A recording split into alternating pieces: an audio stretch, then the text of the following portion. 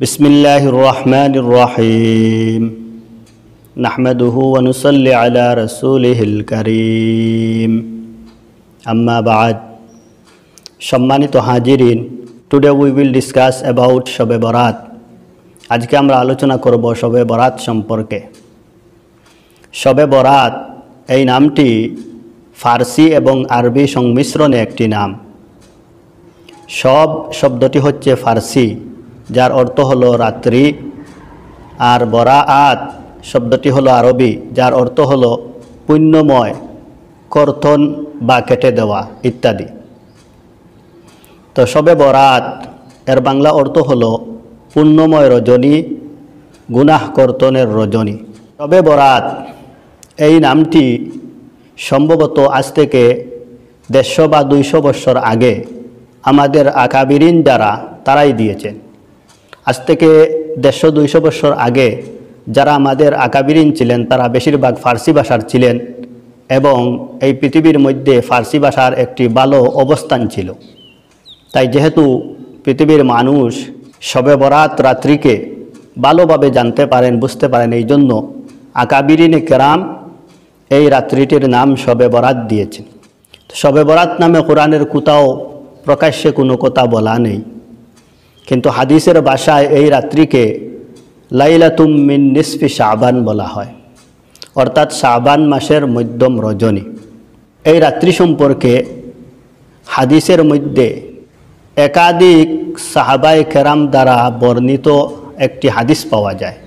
সুনানে ইবনে মাজার মধ্যে আবু মুসা আশআরী রাদিয়াল্লাহু তাআলা আনহু বর্ণনা করেন, নবীজি সাল্লাল্লাহু আলাইহি ওয়াসাল্লাম ফরমাইয়াছেন, ইন্নাল্লাহা লা ইয়াত্তালিউ ফি লাইলাতিন মিন নিসফি শাবানা ফায়াগফিরু লিজামিই খালকিহি ইল্লা লিমুশরিকিন আও মুশাহিন।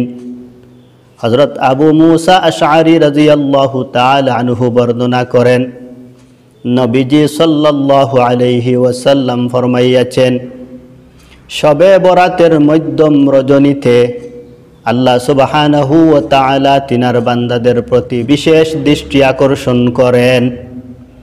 ফায়াগফিরু লিজামিই খালকিহি, তিনি তিনার সমস্ত সৃষ্টি জগৎকে মাফ করে দেন, কিন্তু যারা শরীক করে আর যারা হিংসা বিদ্বেষ পোষণ করে তাদেরকে মাফ করে দেন না। এই হাদিসটি সহিহ ইবনে হিব্বানের মধ্যেও এনেছেন, মুআজ ইবনে জাবাল রাদিয়াল্লাহু তাআলা আনহু থেকে বর্ণিত হয়েছে।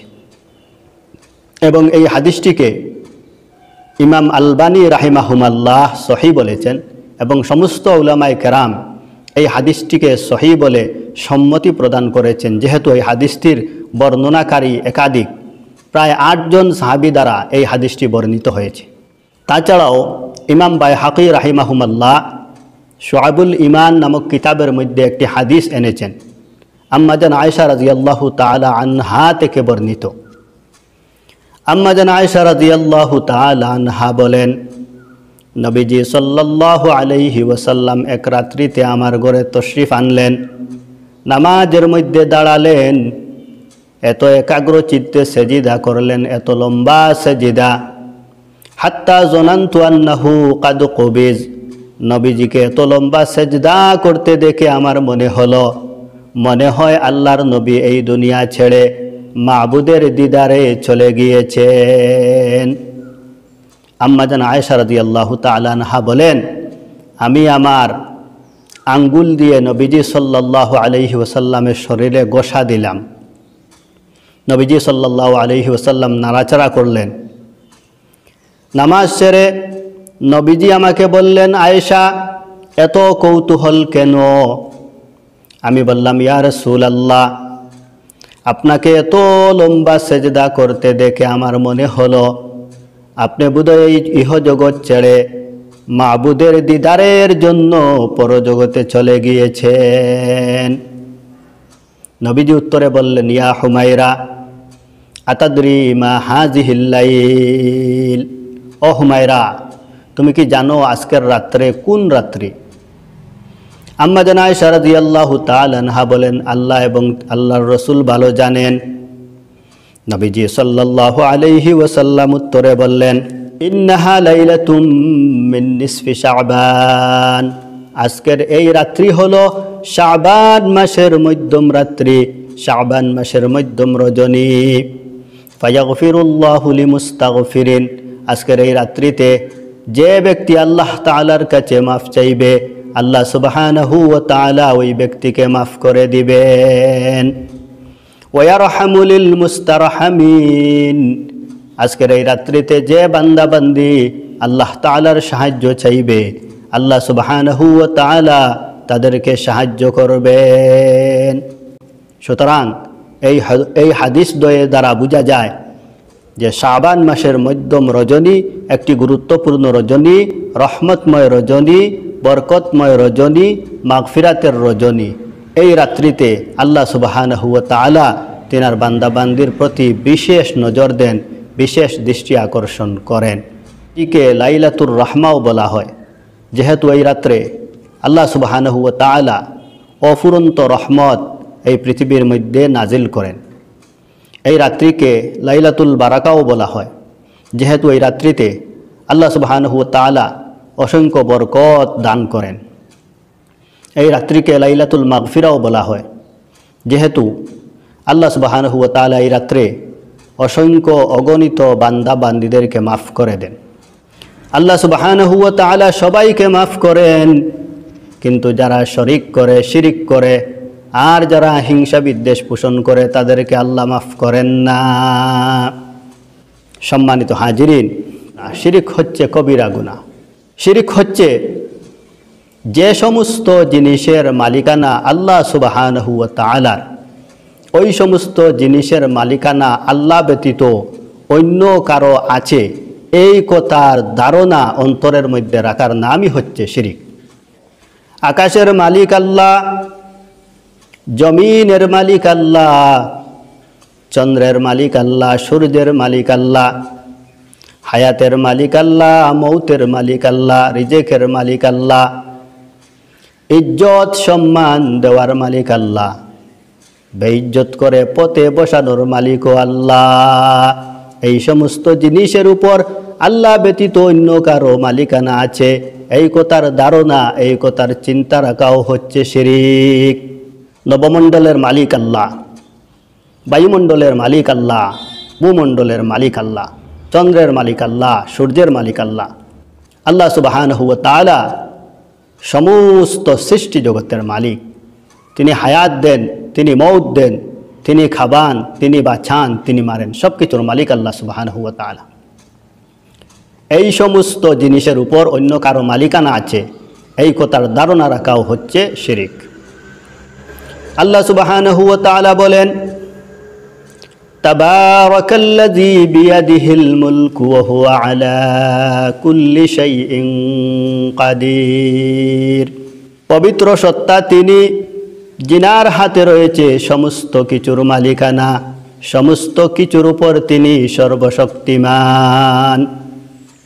আল্লাহ সুবহানাহু ওয়া তাআলা অন্যত্র বলেন, কুলিল্লাহুম্মা মালিকাল মুলক তু'তিল মুলকা মান তাশা ওয়া তানজিউল মুলকা মিম্মান তাশা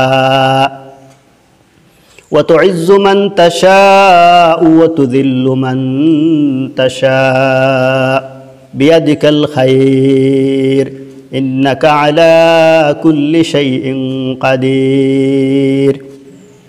আল্লাহ সুবহানাহু ওয়া তাআলা নবীজিকে সম্বোধন করে বলেন, আপনি বলেন, কুলিল্লাহুম্মা মালিকাল মুলক, সমস্ত কিছুর মালিক আল্লাহ সুবহানাহু ওয়া তাআলা, তু'তিল মুলকা মান তাশা, তিনি যাকে চান কিছুটা মালিকানা দান করেন, ওয়া তানজিউল মুলকা মিম্মান তাশা, আর যাকে চান না তার কাছ থেকে ক্ষমতা ছিনিয়ে নিয়ে তাকে রাস্তার ফকির বানিয়ে দেন।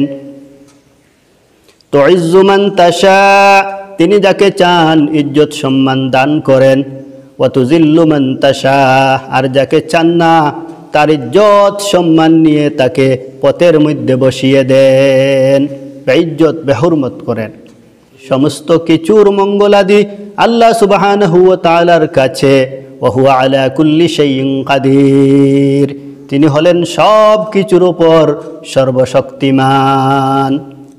সুতরাং আল্লাহর সাথে কাউকে শরিক স্থাপন করার নামই হচ্ছে শিরিক। যারা এই কাজ করবে তারা হবে মুশরিক। তাদেরকে আল্লাহ সুবহানাহু ওয়া তাআলা এই শবে বরাতের রজনীতে, লাইলাতুন নিসফি মিন শাবান, শাবান মাসের মধ্যম রজনীতেও আল্লাহ তাআলা মাফ করবেন না। আল্লাহ সুবহানাহু ওয়া তাআলা বলেন, ইন্নাল্লাহা লা ইয়াগফিরু আন ইউশরাকা বিহি ওয়া ইয়াগফিরু মা দুনা যালিকা লিমান ইয়াশা। নিশ্চয় আল্লাহ সুবহানাহু ওয়া তাআলা যারা শরিক করবে, শিরিক করবে, যারা মুশরিক হবে তাদেরকে মাফ করবেন না। আর শিরিক এবং মুশরিক ছাড়া অন্য সমস্ত কিছু আল্লাহ চাইলে মাফ করে দিতে পারেন।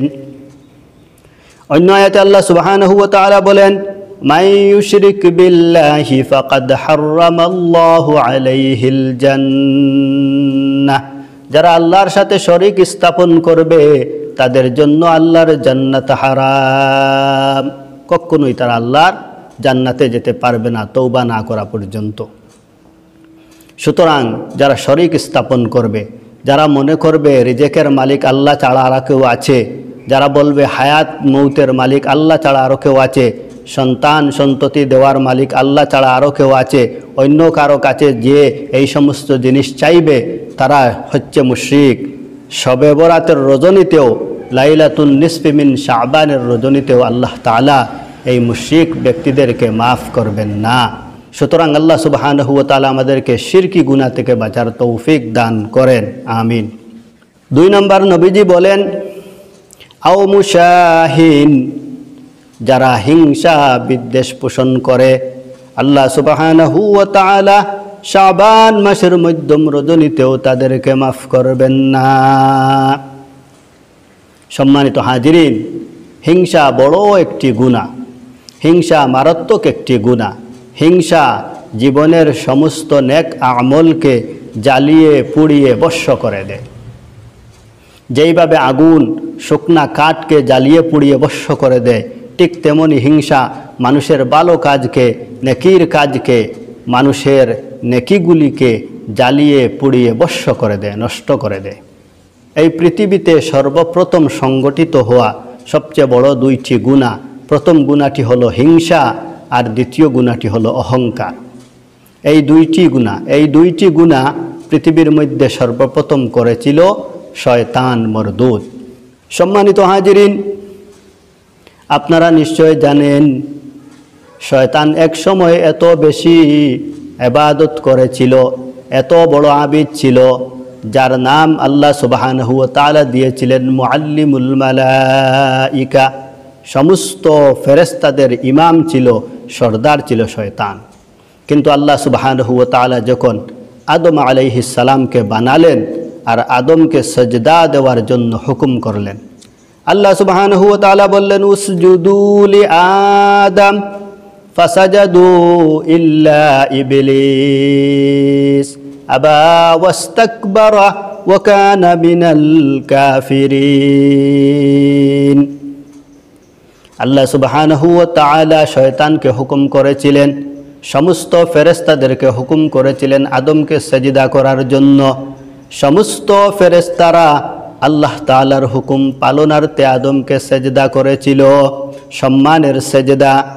ফাসাজাদু ইল্লা ইবলিস, সমস্ত ফেরেশতারা সাজদা করেছিল, কিন্তু ইবলিস শয়তান সে হিংসা করেছিল, আদমকে হিংসা করে সাজদা করেনি, তকব্বুরি করে অহংকার করে সে আদমকে সাজদা করেনি।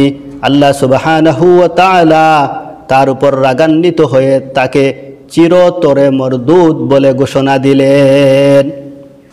শয়তানের যত আমল ছিল, যত নেক আমল ছিল, সব এই হিংসা আর অহংকারের কারণে আল্লাহ সুবহানাহু ওয়া তাআলা ধ্বংস করে বরবাদ করে তাকে চিরতরে শয়তান মরদুদ বানিয়ে দিলেন।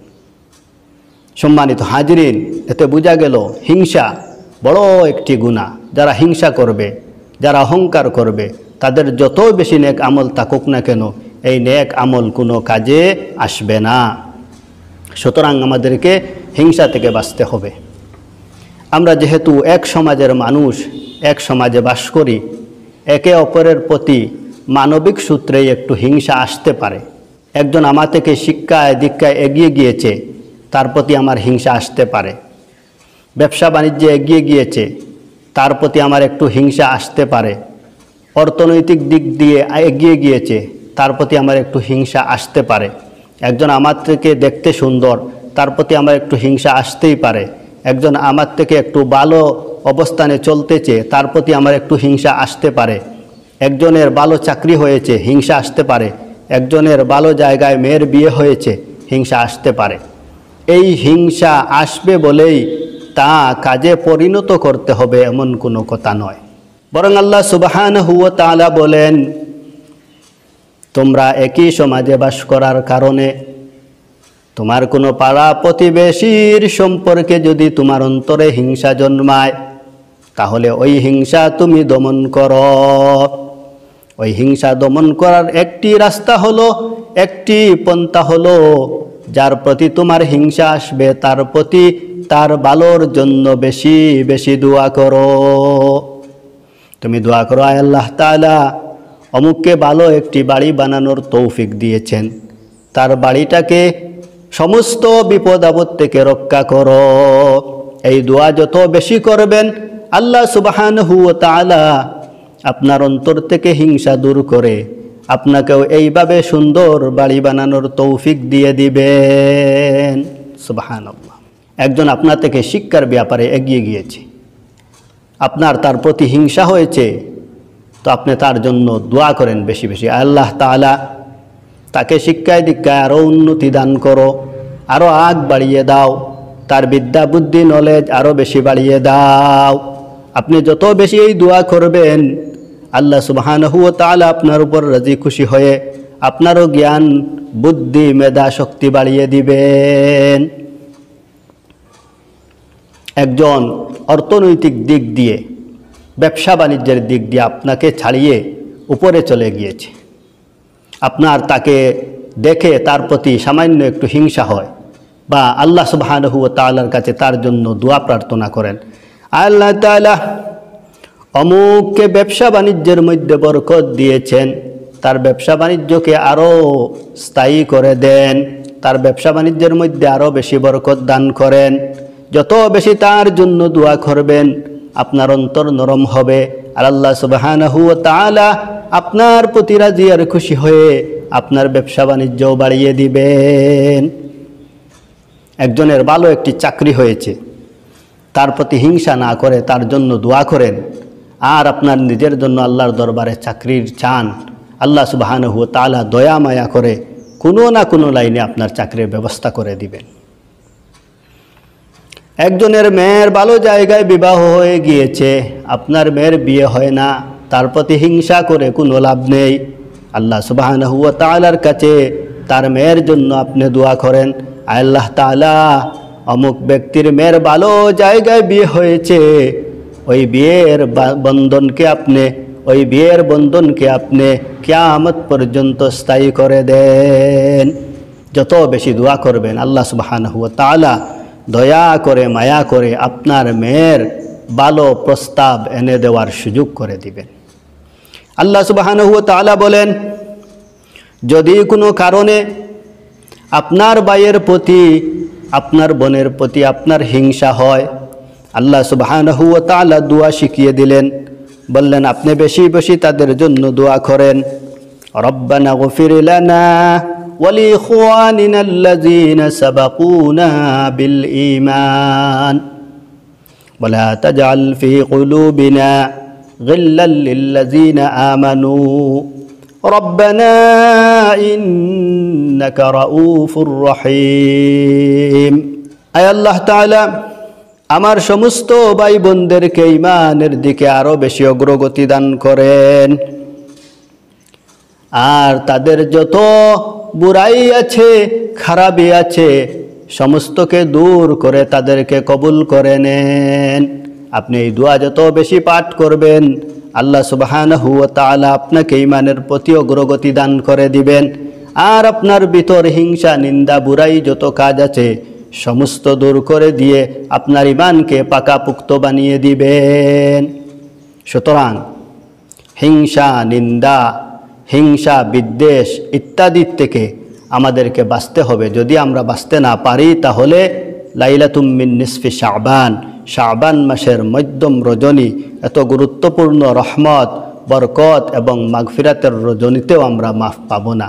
সুতরাং আমাদের অন্তরের মধ্যে যত হিংসা, নিন্দা, বিদ্বেষ আছে সব যেন আমরা দূর করতে পারি। আল্লাহ পাক আমাদেরকে আমলের তৌফিক দান করেন, আমিন।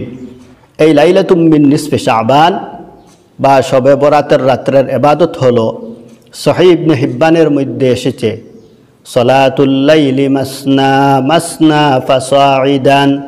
এই রাত্রের ইবাদত হলো একা একা দুই রাকাত করে নফল নামাজ যতটুকু সম্ভব হয় আদায় করা। এর মধ্যে কোনো নির্ধারিত সংখ্যা নাই, 4 রাকাত, 8 রাকাত, 6 রাকাত, 12 রাকাত, 14 রাকাত, এমন কোনো নির্ধারিত সংখ্যা নাই। আপনি একা একা যত বেশি পারেন 2 রাকাত করে নফল নামাজ আদায় করতে পারেন। আমরা সাধারণত মসজিদের মধ্যে গিয়ে নফল নামাজ আদায় করি। তো মসজিদের মধ্যে যদি বলা হয় যে যত রাকাত পারেন আদায় করেন, তাহলে কেউ 4 রাকাত পড়ে বসে যাবে, কেউ 8 রাকাত পড়ে বসে যাবে, কেউ 12 রাকাত পড়ে, কেউ 20 রাকাত পড়েও শেষ হবে না। আমাদের বিশেষ করে আমাদের একটি নিয়ম হলো, আমরা এই বরকতময় রাত্রিতে কিছু নফল নামাজ আদায় করে জিকির আজকার করে সব শেষে একটি মুনাজাতের মাধ্যমে আমরা বেরিয়ে যাই। কিন্তু যদি বলা হয় মসজিদের মধ্যে সলাতুল লাইলি মাসনা মাসনা ফাসাইদান, যে যত বেশি পারেন 2 রাকাত করে নফল নামাজ আদায় করেন, তাহলে মসজিদের মধ্যে আখেরি মুনাজাত দেওয়া সম্ভব হবে না, বিশৃঙ্খলা সৃষ্টি হবে। এই জন্যে বলা হয় আপনারা এত রাকাত নফল নামাজ পড়েন। কিন্তু মসজিদে নফল নামাজ পড়ে মসজিদ থেকে বাড়িতে গিয়েও আপনি মুসল্লার মধ্যে দাঁড়িয়ে একা একা 2 রাকাত করে আপনার শরীরে যত রাকাত মানে আপনি নফল নামাজ আদায় করবেন, তসবিহ তাহলিল পাঠ করবেন, দোয়া দুরুদ পড়বেন, আল্লাহ তাআলার কাছে চাইবেন। হাদিসের মধ্যে এসেছে, ফায়াস্তাগফিরু লিল মুস্তাগফারিন, যারা এই রাত্রে আল্লাহ তাআলার কাছে মাফ চাইবে, আল্লাহ তাআলা তাদেরকে মাফ করে দিবেন। ওয়ারহামু লিল মুস্তারহামিন, যারা এই রাত্রে আল্লাহ তাআলার সাহায্য চাইবে, রহমত চাইবে, আল্লাহ সুবহানাহু ওয়া তাআলা তাদেরকে সাহায্য করবেন, রহমত দান করবেন। সুতরাং এই রাত্রে যত বেশি নফল ইবাদত পারেন আপনি করবেন। তাছাড়াও অন্যত্র এসেছে পবিত্র লাইলাতুম মিন নিসফি শাবান, শাবান মাসের মধ্যম রজনী, পবিত্র এই রাত্রিতেও যারা মা বাবার অবাধ্য তারা মাফ পাবে না। মা বাবার অবাধ্যতা কোনো অবস্থাতেই করা যাবে না। আল্লাহ সুবহানাহু ওয়া তাআলা কোরআনে কারীমের মধ্যে বলেন, وَقَضَى رَبُّكَ أَلَّا تَعْبُدُوا إِلَّا إِيَّاهُ وَبِالْوَالِدَيْنِ إِحْسَانًا, তোমার রবের পক্ষ থেকে চূড়ান্ত ফয়সালা হয়ে গিয়েছে আল্লাহ সুবহানাহু ওয়া তাআলার ইবাদতের পরে পরে মা বাবার বাধ্যতা, মা বাবার সেবা যত্ন করা। ইম্মা ইয়াবলুগান্না ইনদাকাল কিবারা আহাদুহুমা আও কিলাহুমা, তোমার মা বাবার মধ্য থেকে একজন অথবা 2 জন যদি তারা বার্ধক্যে পৌঁছে যায়, তাহলে তাদেরকে এমন কথা বলবে না যাতে করে তারা তোমার কথায় উফ শব্দ বলে। ফালা তাকুল্লাহুমা উফ, তুমি এমন কোনো কথা, এমন কোনো শব্দ উচ্চারণ করবে না যাতে তোমার বৃদ্ধ মা বাবা উফ বলে। ওয়াকুল্লাহুমা কাউলান কারীমা, তুমি তোমার মা বাবার সাথে সম্মানজনক কথাবার্তা বলো, সম্মানজনক আচরণ করো। আল্লাহ সুবহানাহু ওয়া তাআলা চূড়ান্ত ফয়সালা দিয়ে দিয়েছেন মা বাবার ব্যাপারে, কোনো অবস্থাতেই মা বাবার অবাধ্য হওয়া যাবে না। আর আল্লাহ সুবহানাহু ওয়া তাআলা শিখিয়ে দিচ্ছেন, তিনি বলেন, ওয়াখফিদ লাহুমা জানাহাজ যুল্লি মিনার রাহমাহ, তুমি তোমার মা বাবার প্রতি তোমার 2টা হাত দয়া এবং মায়ার বাড়িয়ে দাও। মিনার রাহমা, দয়ার সাথে মায়ার সাথে তোমার 2টা হাত তোমার মা বাবার প্রতি বাড়িয়ে দাও। আর তুমি তোমার মা বাবার প্রতি দোয়া করো, রব্বিরহামহুমা কামা রব্বায়ানি সগীরা, আয় আল্লাহ তাআলা, আপনি আমার মা বাবাকে আপনার রহমতের কুলে লালন পালন করো, যেইভাবে আমাকে ছোটবেলা আমার মা বাবা তাদের রহমতের হাতে লালন পালন করেছেন। মা বাবার জন্য এই দোয়া করো, মা বাবার অবাধ্য হইও না। আল্লাহ সুবহানাহু ওয়া তাআলা বলেন, বান্দা, আমার ইবাদতের পরে তোমার মা বাবার ফরমাবরদারি করার জন্য হুকুম কেন করেছি জানো? কারণ হলো হামালাতুহু উম্মুহু কুরহান ওয়া ওয়াদাতুহু কুরহা। বান্দা, তোমার মা তোমাকে গর্ভের মধ্যে অত্যন্ত কষ্টের সাথে ধারণ করেছেন, আর অত্যন্ত কষ্টের সাথে প্রসব করে তোমার মা তোমাকে দুনিয়ার মুখ দেখিয়েছেন। একজন মা, গর্ভধারিণী একজন মা গর্ভে সন্তান থাকা অবস্থায় কত কষ্ট করেন, ভুক্তভোগিনী মা ছাড়া আর কেউ বলতে পারবেন না।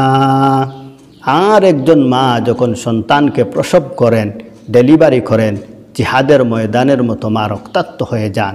ওই সময় মায়ের যে কষ্ট, মায়ের যে ব্যথা, তা ভুক্তভোগিনী মা ছাড়া আর কেউ বলতে পারবেন না। এই জন্যে বান্দা, তুমি তোমার মার প্রতি দয়া করো, তুমি তোমার মার প্রতি সদ আচরণ করো, তুমি তোমার মার প্রতি ভালো ব্যবহার করো। আর বাবার ইহসানের কথা বলিও না। তুমি ছোট ছিলে, তুমি খাবার খেতে পারতে না, তোমার খাবারের উপার্জন, তোমার খাবারের ব্যবস্থা করার জন্য বাবা ক্ষেতের মধ্যে গিয়েছেন, জমির মধ্যে গিয়েছেন, কাজের মধ্যে গিয়েছেন, হাজিরা কাজ করেছেন, মাথার গাম পায়ের মধ্যে ফেলে দিয়ে তোমার জন্য খাবারের ব্যবস্থা করে এনেছেন। সুতরাং বাবার ইহসানের কথাও বলিও না। আমার ইবাদতের পরে তুমি তোমার মা বাবার ফরমাবরদারি করো। তুমি কোনো অবস্থাতেই তোমার মা বাবার নাফরমান আওলাদ হইও না। যদি তুমি তোমার মা বাবার নাফরমান আওলাদ হও, তাহলে জেনে রাখো, লাইলাতুম মিন নিসফি শাবান, শবে বরাতের রজনীতেও আমি আল্লাহ তোমাকে মাফ করব না। সুতরাং আল্লাহ সুবহানাহু ওয়া তাআলা আমাদেরকে মা বাবার ফরমাবরদারি করার তৌফিক দান করেন। আমিন। ওয়া আখিরু দাওয়ানা আনিল হামদুলিল্লাহি রাব্বিল আলামিন। আসসালামু আলাইকুম ওয়া রাহমাতুল্লাহি ওয়া বারাকাতুহু।